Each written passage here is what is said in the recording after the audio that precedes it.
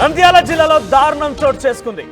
ఒక బాలికపై సామూహిక అత్యాచారానికి పాల్పడ్డారు 10వ తరగతి లోపు చదువుతున్న కొంతమంది విద్యార్థులు. సుమారుగా ముగ్గురు ఈ గ్యాంగ్ రేప్ లో పాల్గొన్నట్టు తెలుస్తోంది. ముగ్గురు బాలురు, వారంతా కూడా 10th క్లాస్ లోపే, అంటే బహుశా 6th 7th 8th ఆ క్లాస్ లో ఉంటుంది. సో ఆ క్లాస్ చదువుతున్నటువంటి ముగ్గురు బాలురు కూడా ఒక బాలికపై సామూహిక అత్యాచారానికి పాల్పడ్డారు. ఏకంగా అత్యాచారానికి పాల్పడమే కాకుండా పగిడల మండలంలో చోటు చేసుకున్న ఈ ఘటన బాలిక మిస్సింగ్ పై కేసు నమోదైంది. అయితే మిస్సింగ్ కేసు దర్యాప్తులో వెలుగులోకి వచ్చింది గ్యాంగ్ రేప్ అంశం. ఇక పోలీసుల అదుపులో ప్రస్తుతం ముగ్గురు విద్యార్థులు ఉన్నారు. ఇక బాలికపై అత్యాచారం చేసి మల్యాల లిఫ్ట్ కెనాల్లో పడవేశారు ఆ ముగ్గురు బాలురు. సో మొత్తం మీద ఏంటంటే ఒక బాలికని అత్యాచారం చేసి, అది కూడా 10వ తరగతి లోపు చదువుతున్నటువంటి ఒక బాలురు విద్యార్థులు, ముగ్గురు వ్యక్తులు. ఈ ముగ్గురు కూడా బాలికను అత్యాచారం చేసి కెనాల్లో పడవేశారు.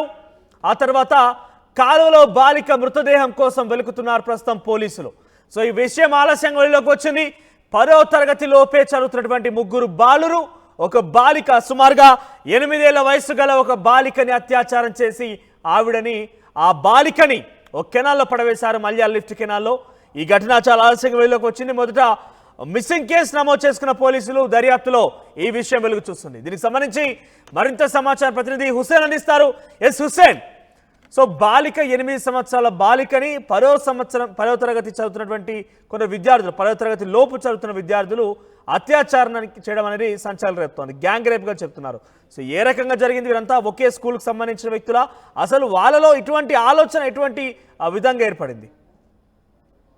మనోజ్, నంద్యాల జిల్లా పగిడ్యాల మండలం ఘోరమైనటువంటి ఘటన జరిగింది. మల్యాలలో ఒక 8 ఏళ్ల బాలిక మీద అత్యాచారం చేసి హత్య చేసినటువంటి ఘటన వెలుగులోకి వచ్చింది. 2 రోజుల క్రితము 8 ఏళ్ల బాలిక కనపడడం లేదని మిస్సింగ్ కేసుగా నమోదైంది ముచ్చుమర్రి పోలీస్ స్టేషన్ లో. అయితే ఈ నేపథ్యంలోనే విచారణ చేసినటువంటి పోలీసులు పెద్ద ఎత్తున కూడా దర్యాప్తు చేశారు. మిస్టరీగా ఉన్నటువంటి బాలిక యొక్క మిస్సింగ్ హత్యగా మారింది. అత్యాచారం చేసి హత్యగా మార్చినట్లు ప్రాథమిక సమాచారం ప్రకారం తెలుస్తుంది. అయితే ఆ రంగంలో దింపినటువంటి జాగిలాలను మొత్తం ఇక్కడ పార్క్ రోడ్ నుంచి ముచ్చుమర్రి ఎత్తిపోతల పథకం వరకు వెళ్ళి అక్కడ జాగిలాలు ఆగిపోయారు. అక్కడ ఆగిపోవడంతో ఘటన మిస్టరీకి సంబంధించినటువంటి ఈ బాలిక ఈ పరిసర ప్రాంతాలను ఎక్కడైనా మిస్ అయిందా, లేకపోతే పొరపాటున కాలువలో పడి చనిపోయిందా లేదనేటువంటి మీద దర్యాప్తు చేసేటువంటి క్రమంలోనే ఎవరైతే మైనర్ బాలురు ముగ్గురు ఉన్నారో ఆ ముగ్గురు బాలుల పైన వాళ్ళ ఇంటి దగ్గరికి ఈ జాగిలాలు వెళ్ళినట్టు మనకు సంవత్సరం వాళ్ళని జాడ కనిపెట్టినట్టు ఈ జాగిలాల ద్వారా తెలుస్తుంది. అయితే అనుమానితుల్ని ముగ్గురు బాలు అంటే ఒకరు 6వ తరగతి, ఒకరు 8వ తరగతి, 10వ తరగతి చదువుతున్నట్టు మనకు ప్రధానంగా తెలుస్తున్నటువంటి అంశము. అయితే ఆ 15 ఏళ్ల లోపు బాలులు అత్యాచారం చేసి చేసేందుకు హత్య చేశారంటే చాలా ఈ దారుణమైనటువంటి ఘటన. ఎందుకంటే చిన్న వయసులోనే క్రిమినల్ మైండ్ విద్యార్థులు చిన్న మైనర్ బాలుల్లో డెవలప్ అవుతుందంటే భవిష్యత్తులో వాళ్ళ ఎలాంటి క్రిమినల్ మైండ్ గా మారి ఎలా సంఘ విద్రోహ శక్తులుగా ఎలా మారుతారనేది ఒక మిస్సింగ్ కేసు ఎప్పుడు నమోదైంది? అమ్మాయి మిస్ అయినట్టుగా ఎప్పుడు తల్లిదండ్రులు గుర్తించారు? 3 రోజుల క్రితము ఈ బాలిక మిస్ అయినట్లు తల్లిదండ్రులు అంటే సాయంకాలం వేళలో కనిపించకపోవడం, ఆ రాత్రి వేళలో ఎక్కడైనా వెళ్ళిందా అనేటువంటి ఆ పరిసర ప్రాంతాల్లో గాలించడం ఇవన్నీ జరిగింది. అయితే మరుసటి రోజున పోలీసుల దృష్టికి తీసుకెళ్లారు. ఈ విషయం స్థానికంగా ఉన్న నంద్యాల ఎంపీ బైరెడ్డి శబరి దృష్టి కూడా తీసుకోవడంతో బైరెడ్డి శబరి కూడా అల్టిమేటం జారీ చేసి 24 గంటల్లో మిస్టరీని ఛేదించకపోతే తప్పనిసరిగా కఠిన చర్యలు ఉంటాయి, దీని మీద మీరు స్పందించాలి అని చెప్పి ఘాటుగానే దాన్ని ఛాలెంజ్ గా తీసుకున్నారు బైరెడ్డి శబరి. ఆ నేపథ్యంలోనే పోలీసులు అంటే ముగ్గురు బాలురు ఎవరైతే ఈ యొక్క అఘాయిత్యానికి పాల్పడిన బాలురు కావచ్చు, లేకపోతే మీరు చెప్తున్నటువంటి 8 ఏళ్ల వయసు గల ఆ బాలిక, వీరంతా కూడా ఒకే స్కూల్ కి సంబంధించిన వాళ్ళ, ఒకే స్కూల్లో చదువుకుంటున్నారా? అంటే పూర్తి వివరాలు ఇంకా తెలియాల్సింది మనోజ్. ఎందుకంటే ఈ బాలిక 3వ తరగతి చదివేటువంటి వయసు ఉండొచ్చు. ఎందుకంటే 8 ఏళ్ల బాలిక అంటే 8 ఏళ్ల పాప అంటే ఆ వయసు ప్రకారం చూసుకుంటే 3వ తరగతి చదువుతుంటే ఈ పిల్లలు కూడా హై స్కూల్లో చదివేటువంటి విద్యార్థులు. అంటే ప్రాథమికోన్నత పాఠశాల ఉంది అక్కడ, లేకపోతే ప్రాథమిక పాఠశాల వేరు ఉంటుంది, హై స్కూల్ వేరుగా ఉండే మాత్రం ఇద్దరు ఒకే స్కూల్లో, 4గురికి సంబంధించి ఒకే స్కూల్లో ఉండేటువంటి విద్యార్థులు అయితే కాదు, ఒకే ఊరికి సంబంధించిన వాళ్ళకి మాత్రం స్పష్టంగా తెలుస్తోంది.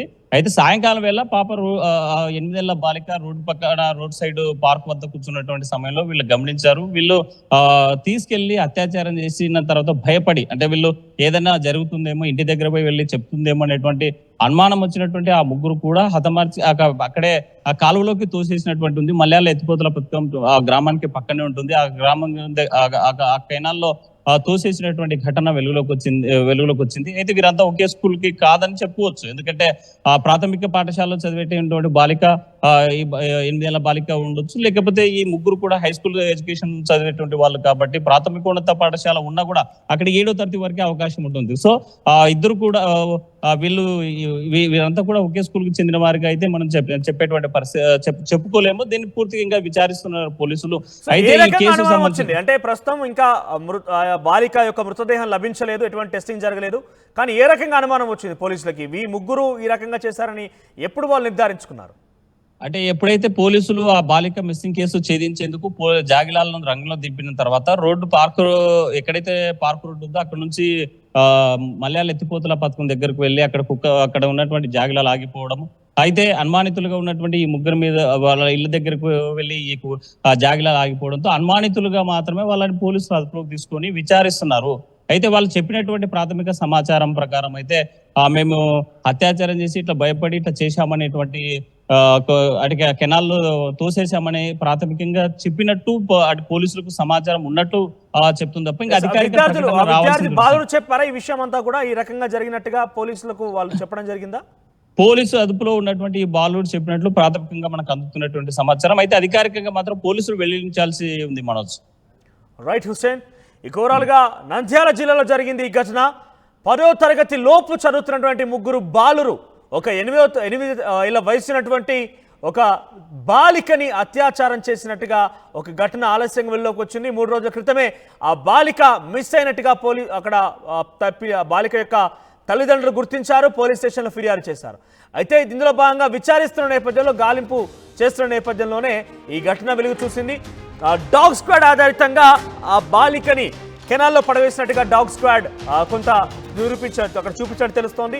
ఆ తర్వాత ఏం జరిగింది అన్నట్టుగా కొన్ని అనుమానితుల విషయాన్ని కనుక విచారించిన తర్వాత ఆ ముగ్గురు బాలురు కూడా ఈ విషయాన్ని చెప్పినట్టుగా, ఏం జరిగింది, ఏ రకంగా అత్యాచారం చేశారు, ఆ తర్వాత మల్యాల కెనాల్లో ఏ రకంగా పడవేశారనే విషయాన్ని ఆ బాలురే, ఆ విద్యార్థులు చెప్పినట్టుగా పోలీసులు చెప్తున్నట్టు తెలుస్తోంది. సో ఏదేమైనా కూడా మీరు గమనించాలి, ఇక్కడ 10వ తరగతి చదువుతూ లోపున్నటువంటి ఆ విద్యార్థులు బాలురు ఇటువంటి ఘటనకు ఒడిగట్టారంటే దానికి ముమ్మాటికి కారణం తల్లిదండ్రుల నిర్లక్ష్యమే.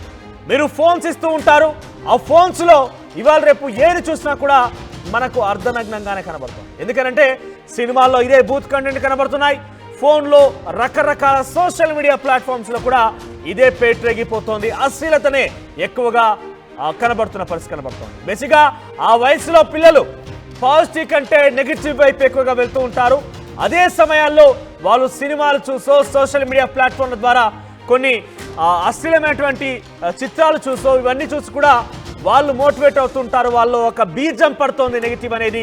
దీని కారణంగా మీరు గమనించాలి, 10వ తరగతి లోపు చదువుతున్న విద్యార్థులకి ఏం తెలుస్తోంది, ఇంత బహుశా వాళ్ళకు ఇంతగా చేయాలి, అత్యాచారం చేయాలి, హత్య చేయాలని ఏ రకంగా వాళ్ళు ప్రేరేపించబడుతున్నారు. ఎస్, ఆ రూట్ కాజ్ని, ఆ యొక్క బీజం పడినటువంటి సిచ్యువేషన్ ముందుగా మనం తొలగించి వేయాలి. ఇక్కడ తప్పు అనేది డెఫినెట్గా పిల్లల తల్లిదండ్రులది కూడా ఉంటుంది. పిల్లల తల్లిదండ్రుల యొక్క నిర్లక్ష్యం మూలంగానే డెఫినెట్గా ఇది జరిగిందంటూ కూడా మనం భావించాల్సిన అవసరం ఉంటుంది. 10వ తరగతి లోపు చదివేటువంటి ఆ ముగ్గురు పిల్లలు ఒక బాలికపై గ్యాంగ్ రేప్ జరగడం ఏంటి, గ్యాంగ్ రేప్కి పాల్పడడం ఏంటి, ఇదంతా కూడా ముమ్మాటికి సోషల్ మీడియా, సినిమాలు, ఇతరత్ర మాధ్యమాల ద్వారా వాళ్ళు చూసినటువంటి ఘటనలే.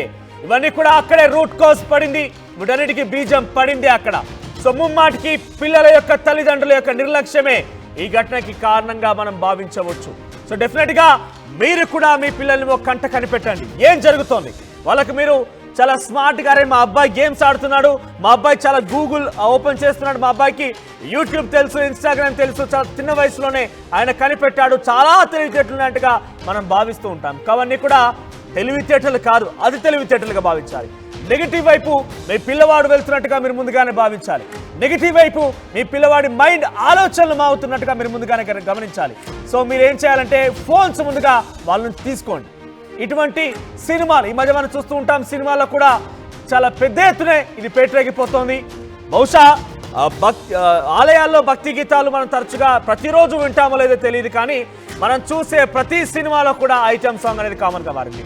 నేను కరెక్ట్గా ఆ సినిమాల వల్లే ఈ రకంగా జరుగుతుందని చెప్పలేను, ఈ సినిమాల వల్లే ఇటువంటి సాంగ్స్ వల్లే జరుగుతుందని చెప్పలేదు, నేను చెప్పను కూడా. కానీ అవి పిల్లల మనసులో, పిల్లల మైండ్లో ఒక నెగిటివ్ ఆలోచన క్రియేట్ చేస్తున్నాయి.